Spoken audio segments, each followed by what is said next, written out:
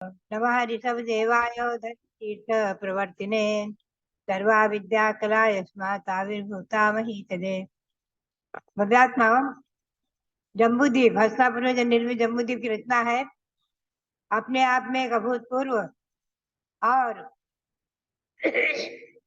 आगम के परिप्रेक्ष्य में आगम के अनुसार जैन भूगोल का ज्ञान जिसे प्राप्त होता है, और वहां पर इस चातुर्मास में कुलपति सम्मेलन आदि अनेकों कार्यक्रम आयोजित किए गए।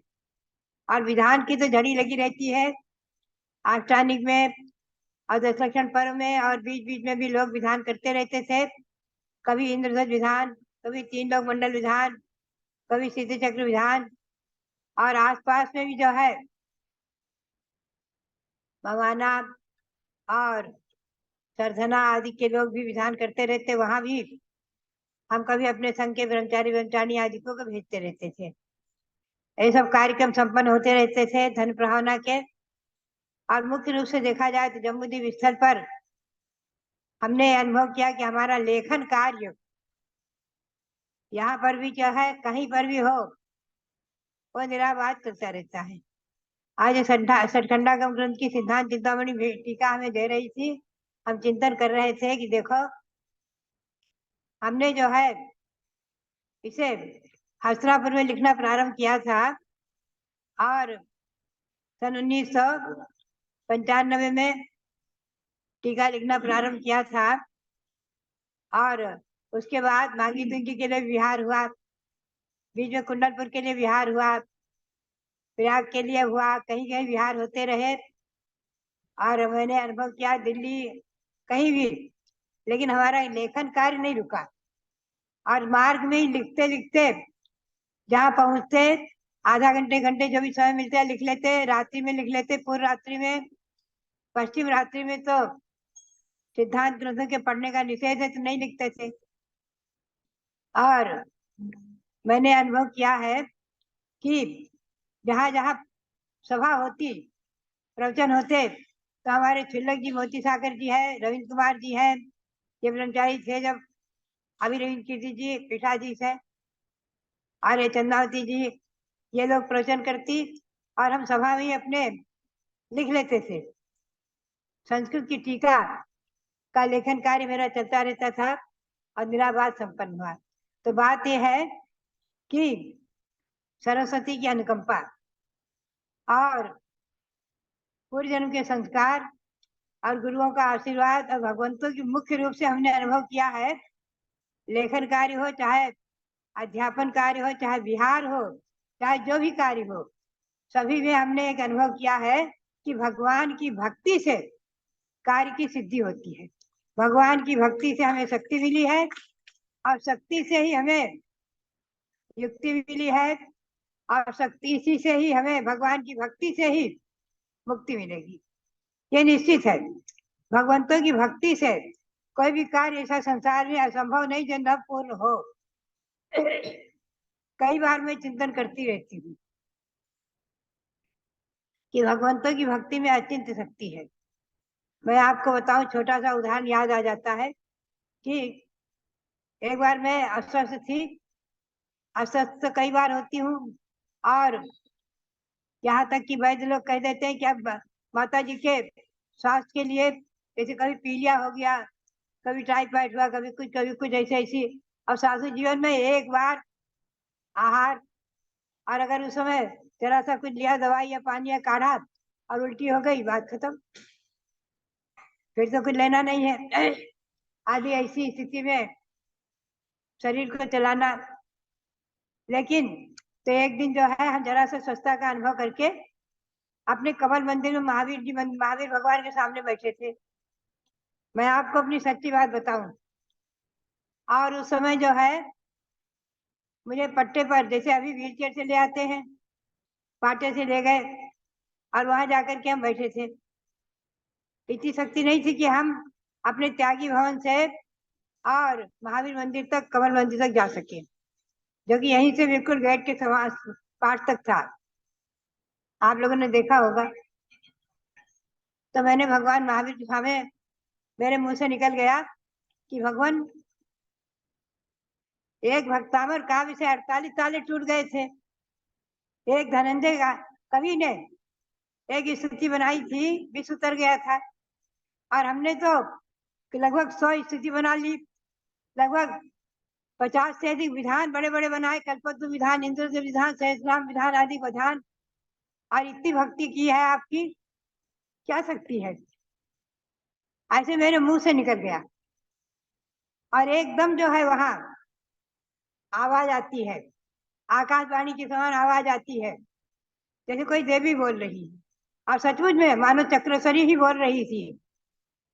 चक्रेश्वरी या सिद्धानी, कोई ना कोई यक्षिणी ही बोल रही थी। उन्होंने कहा, ज्ञानवती तुम शंका मत करो, तुम्हारी भक्ति से ही और तुम्हारी भक्ति से ही बड़े बड़े कार्य सिद्ध हुए हैं। और अनेकों बार तुम सीरियस बीमार होकर के भी स्वस्थ हुई हो।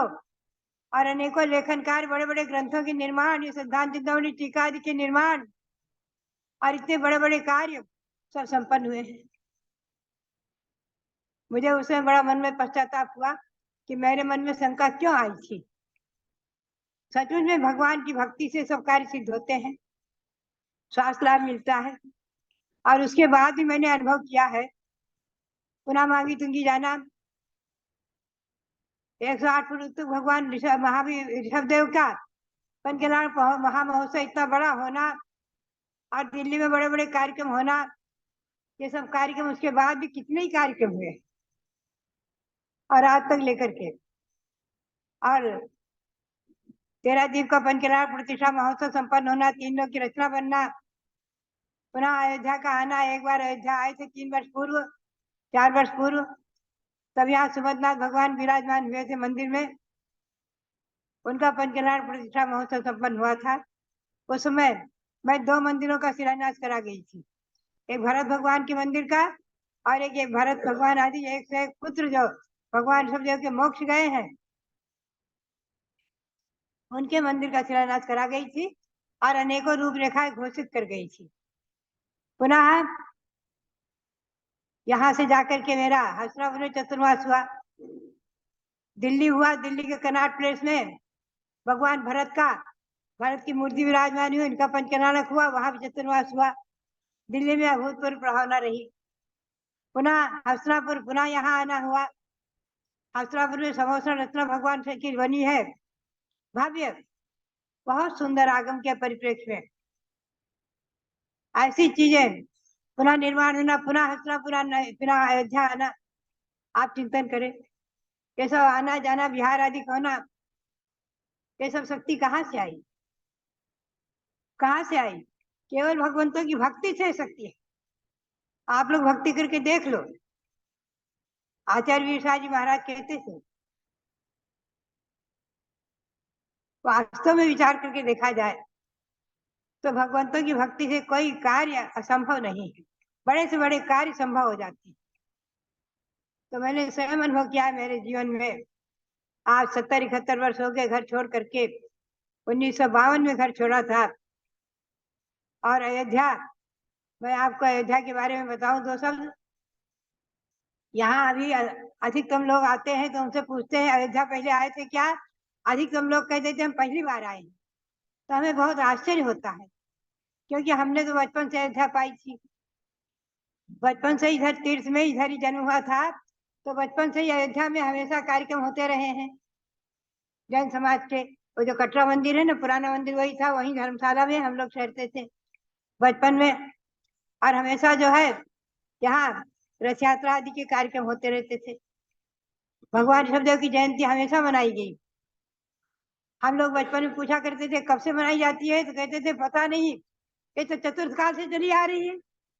हमारे बड़े बड़े लोग जो है, बुजुर्ग लोग यही कहते थे, ये तो शुरू से चली आ रही है, ये तो शुरू से चली आ रही है।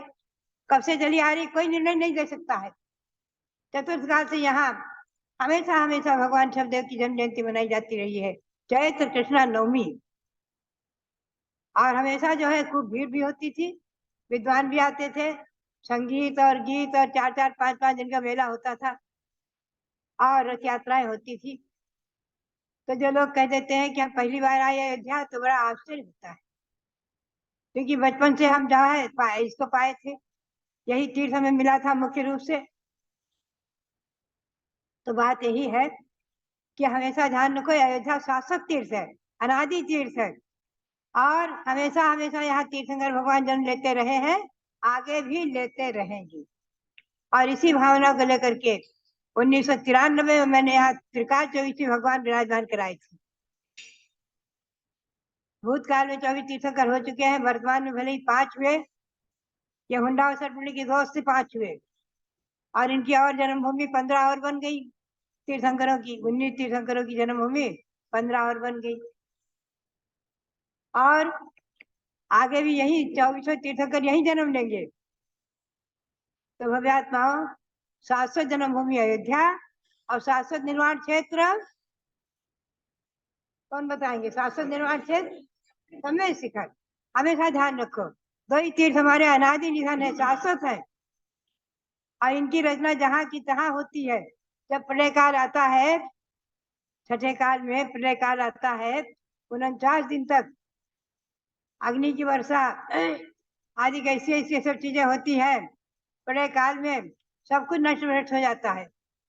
उस समय 72 युगलों को देव विद्याधर उठाकर ले जाते हैं, और ले जाकर के विजय पर्वत की गुफा में सुरक्षित रख देते हैं। समझे? ऐसा शास्त्र में लिखा हुआ है। और आगे जब पुनः छठा काल, पुनः पांचवा काल, पुनः चौथा काल जब आता है, तो उन्हीं में से पुनः सब आकर के वो जन्म लेते हैं। ये परंपरा कोई यहाँ पर जो है विदेश क्षेत्र से जुगड़िया नहीं आते कोई जोड़ा, ध्यान रखिए मनुष्य, न कोई स्वर्ग से, सब कहाँ से आते हैं?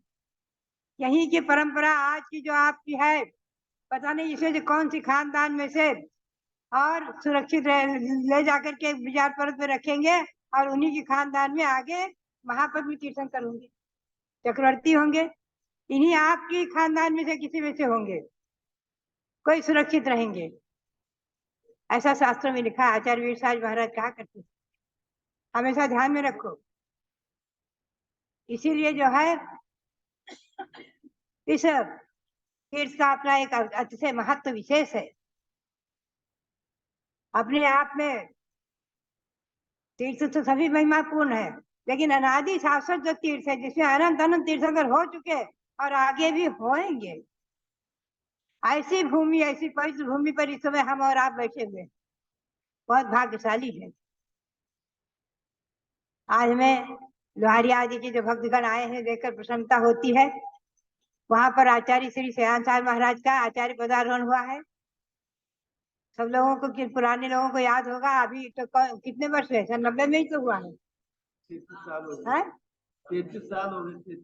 33 साल हो गए, लेकिन फिर भी पुराने लोगों को तो याद ही होगा। शशांक साहब जी महाराज का, हाँ, शशांक साहब जी महाराज का। और बात यह है कि उसके बाद हमारी पट्टावली तो चली आ रही है, राम साहब जी महाराज, और उन्होंने जो मांगी तुंगी में तीर्थ बनाने के लिए मंदिर पर जो जो कुछ भगवान विष्णु आदि को खड़े करने का निर्णय लिया था,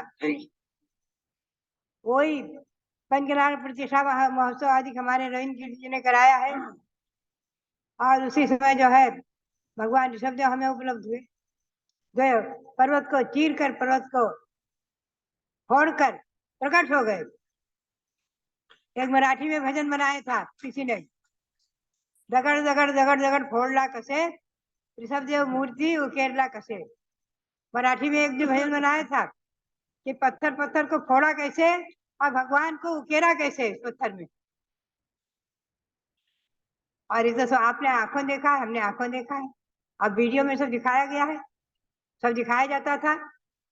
कोई छिप करके, कोई बंद करके नहीं काम हुआ है, इतना बड़ा काम सब प्रकट हुआ है। तो बात यही, हमारे देखते देखते ये भगवान जब गढ़े जा रहे थे, इन पर छेनी चल रही थी सन 1963 में, जब मैं समय शिखर जा रही थी आर्य का संशय, तब मैंने इनको देखा था।